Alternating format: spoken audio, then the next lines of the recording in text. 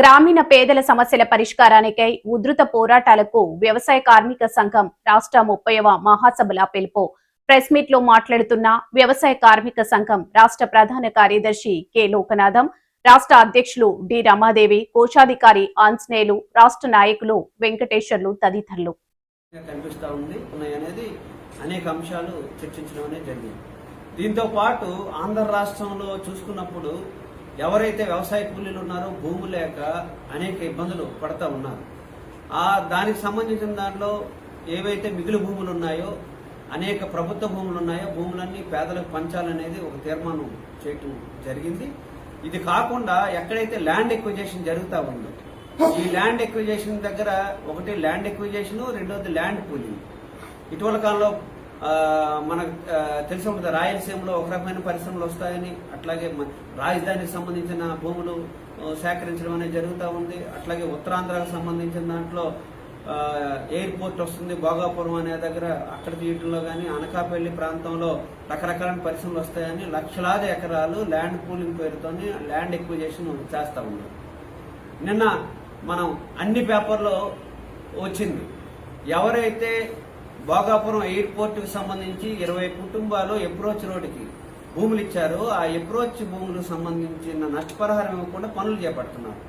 ఇది సరైంది కాదు అని ఆ రైతులు అడిగితే బుల్డోజర్స్ పెట్టి వాళ్ళని అనేక ఇబ్బందులు పెట్టిన సందర్భంలో వాళ్ళని చూస్తే విగతజీవులుగా ఉన్నారు. అంటే భూములు ఇచ్చిన రైతులు గాని కూలీలు గాని ఆ ప్రాంతంలో విగతజీవులుగా మారిపోయే స్థితి ఈరోజు కూటమి ప్రభుత్వం చేస్తుంది. ఎందుకు?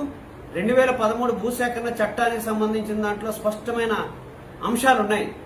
ఒక దగ్గర భూమి సేకరణ చేస్తే మెరుగైన జీవితంగా ఉండాలి, ప్రభుత్వం కూడా మెరుగైన ప్యాకేజ్ ఇవ్వాలి, ఆ భూములు తీసుకున్న నాటికే పూర్తి స్థాయిలో సెటిల్మెంట్ చేయాలని ఉంది. అవేవి పాటించట్లేదు. రైతులు ఎవరైనా అడిగితే కేసులు పెడతా ఉన్నారు, అందులో సగం సగం ప్యాకేజీలు ఇచ్చే పరిస్థితి తీసుకొస్తా ఉన్నారు. ఇదేమి దుర్మార్గం? ఒకవైపున అభివృద్ధి అంటే రైతులకు కాదా, కూలీలకు కాదా అని మేము అడగదలుచుకుంది. కాబట్టి ల్యాండ్ ఎక్విజేషన్ జరిగే దగ్గర, భూసేకరణ జరిగే దగ్గర నిర్వాసితులు ఎవరైతే ఉన్నారో నిర్వాసితులకి సక్రమైన పద్ధతిలో సెటిల్మెంట్ చేయాలి. దాని మీద ఆధారపడిన కూలీలు ఎవరైతే ఉన్నారో 1 టైం సెటిల్మెంట్ ఇవ్వాలనేది 2013 భూసేకరణ చట్టంలో స్పష్టంగా ఉంది. 5 లక్షల ఎకరాలు ఆ రోజు చట్టం వచ్చినప్పుడు ఉంది. కానీ ఈరోజు కూలీలు బతకాలంటే దాదాపు 15 లక్షలు ఇస్తే తప్ప బతకలేదు.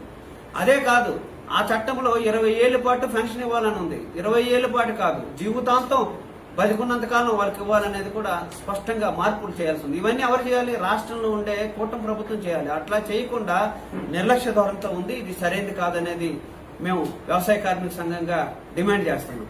రెండో అంశం, ఉపాధి కూలీలకి ఇప్పుడు పెద్ద ప్రమాదం వచ్చింది. వాస్తవంగా లక్షలాది మంది దానిలో ఉన్నారు.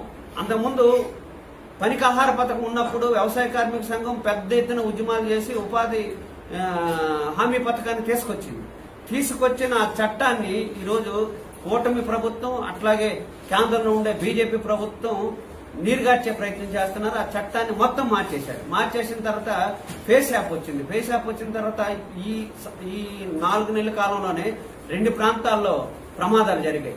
ఒకటి అనకాపల్లి జిల్లా నక్కపల్లి ప్రాంతంలో కూలీలు వెళ్తుండగానే 4 మీద లారీ ఢీకొంది.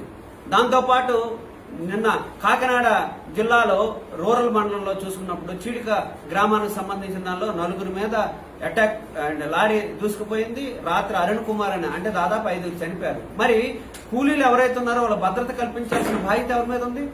కేంద్ర రాష్ట్ర ప్రభుత్వం మీద ఉంది. ఒకప్పుడు కూలీలకు సంబంధించిన దాంట్లో హాజరు ఇచ్చే దగ్గర కానీ, వేతనాలు ఇచ్చే దగ్గర కానీ చాలా పారదర్శకంగా ఉండేది. ఈరోజు ఈ యాప్ వచ్చిన తర్వాత నెట్ లేక అనేక ఇబ్బందులు. మేము చెప్పడం కాదు, కేంద్ర ప్రభుత్వం బృందం వేసింది. అల్లూరి సీతారామరాజు జిల్లా, అట్లాగే పోలవరం జిల్లా, శ్రీకాకుళం, కర్నూలు, ఏవైతే నెట్ సౌకర్యం లేని ప్రాంతాలు ఉన్నాయో ఆ నెట్ సౌకర్యం లేని ప్రాంతాలకి ప్రత్యామ్నాయ మార్గాలు చూపించమని చెప్పింది. కానీ ఈరోజు ప్రత్యామ్నాయ మార్గాలు లేక చెట్టులకి గుట్టలకి ఎక్కి యాప్లు తీయటం వల్ల కూలీలు అనేక ఇబ్బంది పడుతున్నారు. వాళ్ళు చేసే పని 4-5 గంటలైతే ఈ యాప్ అట్లాగే లోడ్ చేసేదానికి, ఫేస్ యాప్ లోడ్ చేసేదానికి 1-2 గంటల పాటు వేచి చూడాల్సిన పరిస్థితి ఉండేది. అందుముందు ఈ కూలీలకు అనేక రకమైన సౌకర్యాలు ఉండేవి. ఆ సౌకర్యాలన్నీ తీసేసే ప్రయత్నం చేస్తున్నారు. అదే కాకుండా కేంద్రం తీసుకొచ్చిన ఈ చట్టం కార్మికులకి వలస జీవులుగా మార్చేసే ప్రయత్నం తప్ప ఇంకోటి ఏం కాదు. వెంటనే పే శాప్ ఏదైతే ఉందో దాన్ని రద్దు చేయాలనేది వ్యవసాయ కార్మిక సంఘంగా డిమాండ్ చేస్తాము. ఇది కాకుండా ఇటీవల కాలంలో ఆంధ్ర రాష్ట్రం అంతా ఒక తంతు అయితే ఉండి నియోజకవర్గంలో ఒక తంతుగా వ్యవహారం జరుగుతూ ఉంది. ఎవరైతే శాసనసభ డిప్యూటీ స్పీకర్ ఉన్నారో త్రిపుల ఆయన చాలా సినిమా టైటిల్ పెట్టుకున్నారు, రఘురామకృష్ణరాజు గారు. మరి రాజ్యాంగ పదవిలో ఉన్నప్పుడు రాజ్యాంగాన్ని గౌరవించాల్సిన బాధ్యత ఆయన మీద ఉంది. కానీ ఆయన నియోజకవర్గంలో దాదాపు 1500 ఇళ్లు కూల్చేశారు. ఆయన చెప్తుంది ఏంటి, పేదలు ఎవరైతే ఉన్నారో పేదల ఇళ్ల మీద ఈరోజు యుద్ధం చేస్తా ఉన్నారు.